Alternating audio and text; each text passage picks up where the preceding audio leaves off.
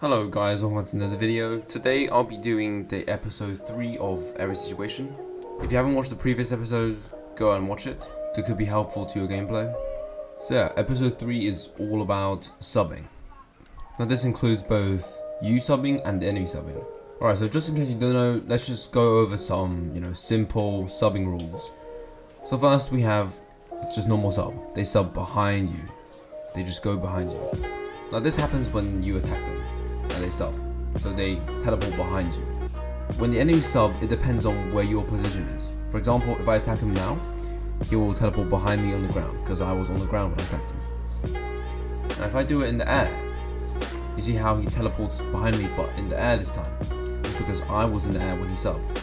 So when the enemy subs, it's dependent on where you are when they sub. Now this is just normal attacks, as you can see. Dashing, like this. They all teleport behind.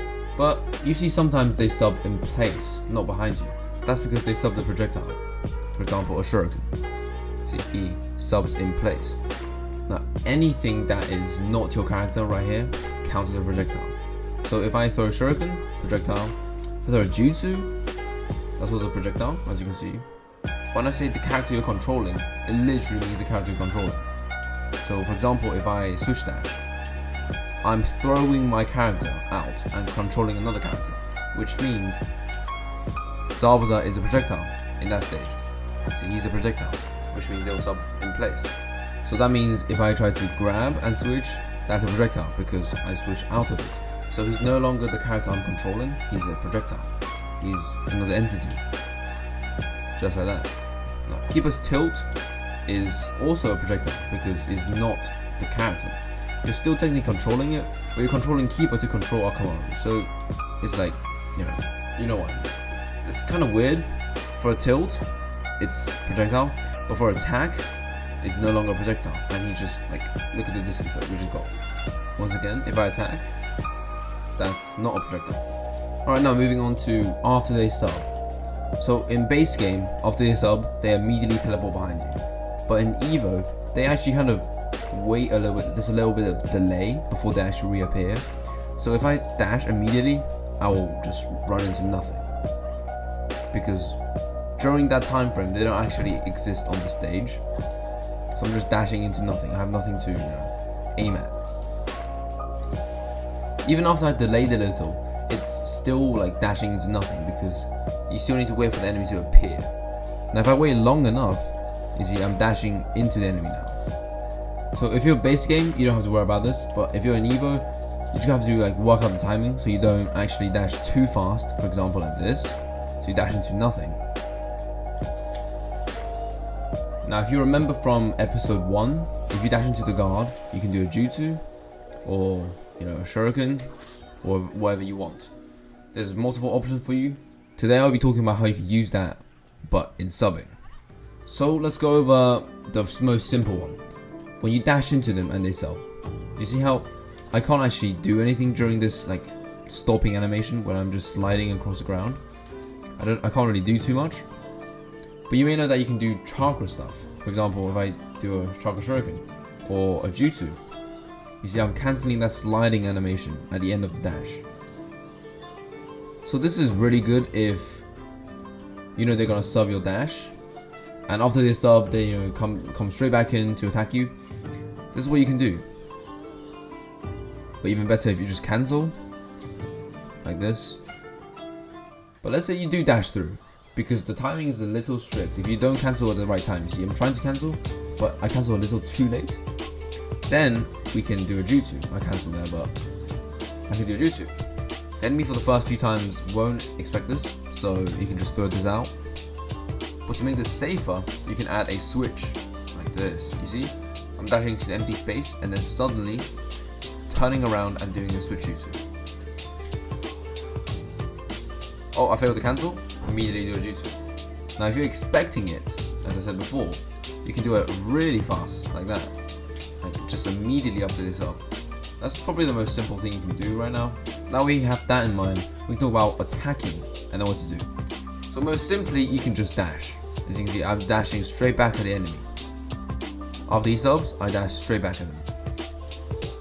Then you can also switch to catch them. You have to actually hit a hit. So if they're immediately subbing, you can't actually switch to catch, as you can see. Like, I'm gonna attack. Since I didn't hit him, my switch is not gonna follow. So if I first hit a few hits, and then he subs, you see, my switch actually followed him. That's called a blue dash. You can use that to catch the opponent. However, just keep in mind you cannot cancel a blue dash, which means if they're expecting it, they can counter you. So let's say the enemy subs around the second hit. Then instead of the second hit, you can just swap that out for an air hit. Now he subs in the air. In the air, he has way less options, leading to him maybe just dashing. So just keeping yourself more safe and giving the enemy less options in the situation. You can also do sub traps, which is basically what the air hit is for. But let's say they sub around second hit. Then you can do 2 hits and then do a shuriken or something. Like, you're anticipating the sub. So this requires you to read when the enemy's gonna sub. So if the enemy's gonna sub on the second hit, I can do that. In the first hit, I can do that. But you do get caught. So maybe you just do that. You see, now I'm blocking. So I'm anticipating when he's gonna sub. This is why you see some players doing, 2 hits in the jumping. So basically you're just doing 2 hits, cancelling, keeping yourself safe. Another option is doing a jump chopper dash. As you can see, I'm attacking and then jumping straight back into him. So it's all about just anticipating, and if you don't anticipate, let's say you're just like, oh, he subbed, we can dash back at him. Now this is where we can bring other situations into this. For example, as I said before, if you dash into an empty space, you can do a jutsu or switch jutsu if you want, or any chakra things. So let's say you attack them. They sub, you dash back, or you dash into an empty space because they immediately sub. No problem, we know what to do with that. We do jutsu. Now the good thing about doing a jutsu is that even if they don't sub, for example like this, and we dash back into the guard, we can still do a jutsu. So basically this works for all situations. It's something that's universal. So even if you dash into the guard, you can do a jutsu. If you dash into a sub, you can do a jutsu. Which means you don't have to worry if they're gonna sub or not. Now let's say the enemy doesn't even block because they misinputted. Then you can still do a jutsu. I did a buffer there, but you can do a jutsu as well. And it still deals damage. So it works all 3 ways, no matter what outcome the enemy has. This is why it's so good to, have something that's universal across all areas. This is the same as your shuriken, except it doesn't really work that well if they're not blocking. Now if you start to work out that they don't really want to block after they sub, then you can just go straight into your combo. I mean, it doesn't really matter. Once again, adapting to the enemy. Right, let's just go over everything again. So first off, we have dashing into empty spaces. You can do a jutsu, you can do a shuriken. Projectiles make them sub in place. Normal attacks make them sub behind you, or in that case, sort of in front. You know what I mean, like this behind you. A better example would be with a normal character, like that, behind. If your character's in there, they will sub in there. Characters that you're not controlling also count as projectiles. Substitution after they sub is a universal thing that you can use on everything. I won't be showcasing them because I just showed you. So those are just some fundamentals of substitution. Now we can put that into some more complicated situations. For example, I already showed you one. You can do a hollow step backwards. You see, I'm already blocking, or even just shuriken, so you can give them some stun, like that. And if they choose to sub it, they sub trap. So that's one simple method of the complicated methods, I guess that's what you can call it. So after you nail down where they sub, you can start doing some sub traps. So second hit, no problem. We can do hollow step back and do shuriken. Or if you want to be safer, you can ninja move away from where they're gonna sub. As you can see, I'm ninja moving away from where he's gonna sub. Now, you can also do something like this. As you can see, I am sending my support backwards to the enemy. So I'm ninja moving and then sending. That wasn't a very good example. So ninja move into dash. So during that you see this little start of animation for the dash. The enemy will appear back on the stage.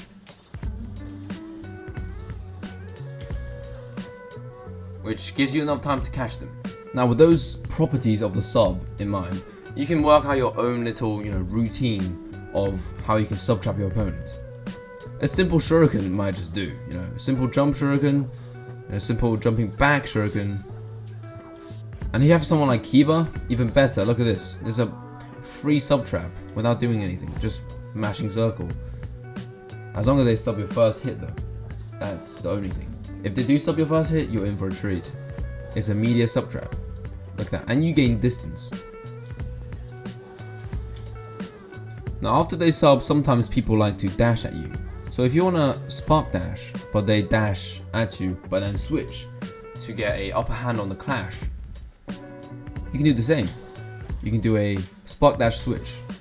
Obviously you can't do a switch spark dash because you'll be hitting them, which means you'll be switching. If you hit the opponent for more than one hit, so more than one hit, 2 hits, you will force a blue dash, which means you have to spark dash first and then do a switch. Like that. That's mostly all you need to know to make yourself some routines or some sub traps, some setups. But you can just keep it simple and use a switch, use a spark dash, these things. Or even hollow step backwards, or even jump cancel, it doesn't really matter. Now we will be moving on to the enemy side. So this is what you can do when the enemy is attacking and you are subbing. Now, as I said, there's a delay in Evo. I'm trying to dash immediately as I sub. In base you can do this, but in Evo, because there's a delay, you can't. So you have to wait a bit and then dash. Or just mash jump. Also works. Now, as you see there, I did a switch dash. This will keep you safe if the enemy dashes backwards, and it will also block blue dashes. So it's a 2-for-1. Now if they try to do any sub traps, this will block them most of the time. So anything with like a switch involved, any action you do with the switch involved normally is a good option. Some of these you can't do in base, but I'm just showing all the options that I'm thinking of. You can do that, or you can just do a normal tilt in base. Like any options you have with switching generally is a pretty good one, because you're putting your character out there so that they're blocking any damage or any interactions. Also, if they don't block anything, they will deal damage or deal stun. Like that. So try to find something that you can do after you sub that includes switching.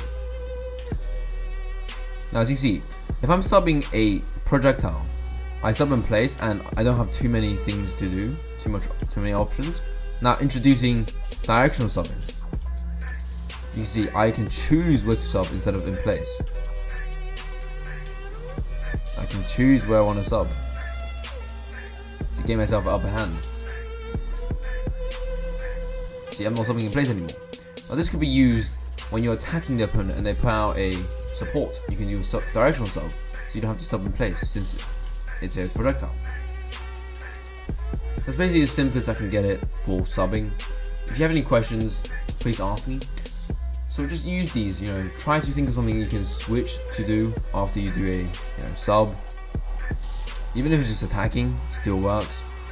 It's all about layering the attacks. As long as it's layered, you're most likely gonna fare pretty well. Now sometimes you might just panic and freeze and just stand there with a block, or even just jump and try to jump away or something.